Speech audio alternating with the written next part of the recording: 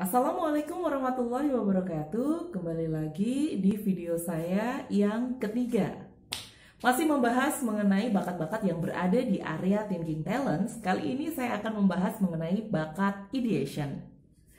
Nah, teman-teman, apa sih bakat ideation? Jadi, bakat ideation adalah bakat yang mendorong seseorang untuk secara alami merasa mudah memunculkan ide-ide baru yang segar. Karena saking mudahnya mereka menemukan atau mempunyai ide-ide yang baru setiap saat, setiap waktu, maka pribadi dari orang dengan bakat ideation ini adalah cenderung orang-orang yang kreatif. Nah, bagaimana sih ekspresi dari bakat ideation itu sendiri? Yang pertama yang bisa kita amati pada anak-anak ya, maka mereka cenderung sangat mudah sekali membayangkan sesuatu secara imajinatif dan kreatif. Ide-ide unik dan kreatif ini biasanya tertuang dalam bentuk gambar, kemudian rancang bangun, atau bisa juga melalui tulisan. Jadi ketika kita melihat anak-anak kecil di sekitar kita, yang mereka bisa membayangkan satu benda, kemudian dibayangkan menjadi beberapa bentuk tertentu, atau mereka bisa menyampaikan cerita bahwa benda-benda itu bisa diibaratkan menjadi hal-hal yang lain di luar pikiran kita, bisa jadi anak tersebut memiliki bakat ideation. Namun seiring dengan perkembangan waktu, seiring dengan kedewasaan dan kematangan, maka mereka mulai bisa memilih dan memilah fokus mana atau bidang apa yang ingin mereka tekuni untuk menyalurkan bakat ideation ini. Baik, kemudian apa sih kebutuhan bakat ideation?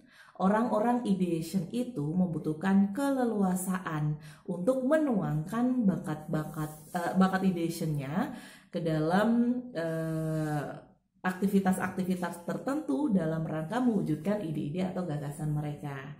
Yang kedua, mereka membutuhkan kebebasan untuk mencurahkan, menceritakan, menyampaikan ide-ide mereka dan mendapatkan respon yang positif dari orang-orang yang mendengarkannya.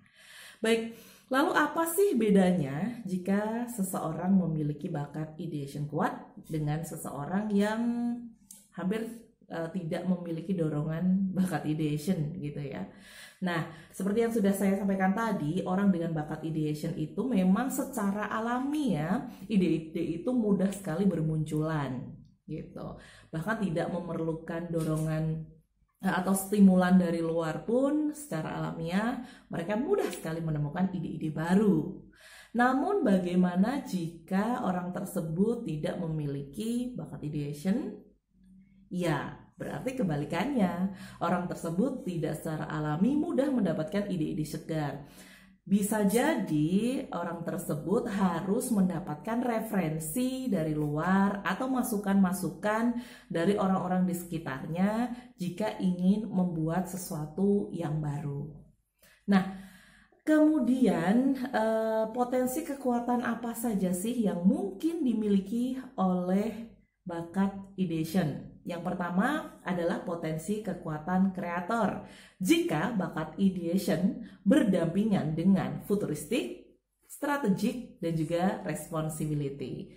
Kemudian berikutnya ada potensi kekuatan desainer jika bakat ideation berdampingan dengan bakat analytical. Yang ketiga, ada potensi kekuatan marketer jika bakat ideation berdampingan dengan bakat signifikan, communication, dan juga strategik. Atau bisa juga di potensi kekuatan jurnalis jika bakat ideation berdampingan dengan bakat adaptability, communication, intellection, dan comment.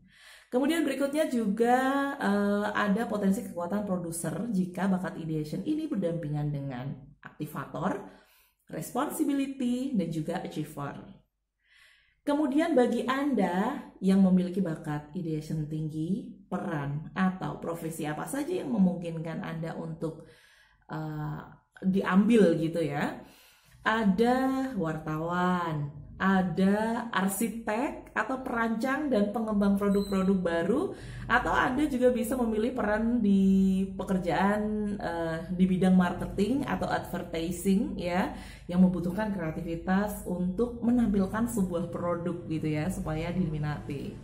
Nah, di beberapa video yang lalu, tepatnya 2 video sebelum ini, saya sudah menjelaskan apa itu bakat futuristik dan juga strategik. Ya, jadi 3 bakat yang sudah saya sampaikan, futuristik, strategik, dan hari ini adalah ideation, itu adalah bakat-bakat yang berada di ranah thinking talent, khususnya dominan di otak kanan, yaitu hal-hal yang berhubungan dengan imajinasi. Lalu di mana bedanya? Jadi kalau boleh saya menyebutkan, bakat futuristik itu adalah si penentu tujuan. Kalau bakat strategik itu adalah si pembuat jalan. Nah, kalau bakat ideation ini adalah si penentu atau pembuat ide atau cara gitu ya. Jadi futuristik itu tujuannya menetapkan, strategik memilih jalan mana yang akan ditempuh yang terasa efektif dan efisien. Sedangkan ideation ini cara mana sih yang mau digunakan gitu untuk menuju tujuan tersebut. Nah, bagaimana jika seseorang memiliki 3 bakat ini secara dominan? Seseorang memiliki futuristik, strategik, dan juga ideation gitu ya, sama-sama dominan semuanya. Bagaimana kecenderungannya? Tentu seseorang ini akan mampu menghasilkan gagasan atau ide yang bisa digunakan untuk menjadi jalan atau solusi untuk meraih tujuan yang ada di masa depan gitu ya. Futuristik itu tujuan di masa depan jelas, strategik jalannya juga tahu mau lewat mana, sedangkan ideationnya, nah caranya mau pakai cara yang apa. Nah semuanya jelas ya untuk ketiga bakat ini sama-sama dominan. Lalu bagaimana jika seseorang itu hanya memiliki bakat dominan ideation dan strategik sementara ia lemah di futuristik? Ya, kecenderungannya memang orang itu mampu menghasilkan ide-ide untuk mencari solusi pada permasalahan yang terjadi hari ini, gitu ya. Jadi bukan permasalahan yang diprediksikan akan muncul di masa depan. Gitu. Kemudian bagaimana jika seseorang itu berbakat dominan ideation dan futuristik sementara strategiknya lemah? Jadi orang tersebut punya kecenderungan untuk mampu menghasilkan ide atau gagasan dalam rangka mewujudkan rancangan masa depan, gitu ya. Jadi dengan cara untuk mewujudkan rancangan masa depan, namun akan kesulitan memilih jalan mana yang efektif dan efisien.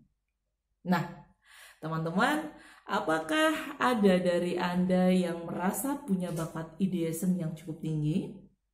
Dan jika dikaitkan dengan 2 bakat yang terdahulu, apakah juga muncul dorongan-dorongan strategik dan futuristik? Atau masih ada bagian dari Anda yang terasa asing dan rasanya masih susah untuk didefinisikan? Mungkin Anda memiliki dorongan bakat yang lain. Untuk itu, pastikan Anda tetap menyimak channel saya untuk mengetahui 34 tema bakat lainnya. Kita sudah ada di 3 tema bakat, masih ada 31 tema bakat yang lain.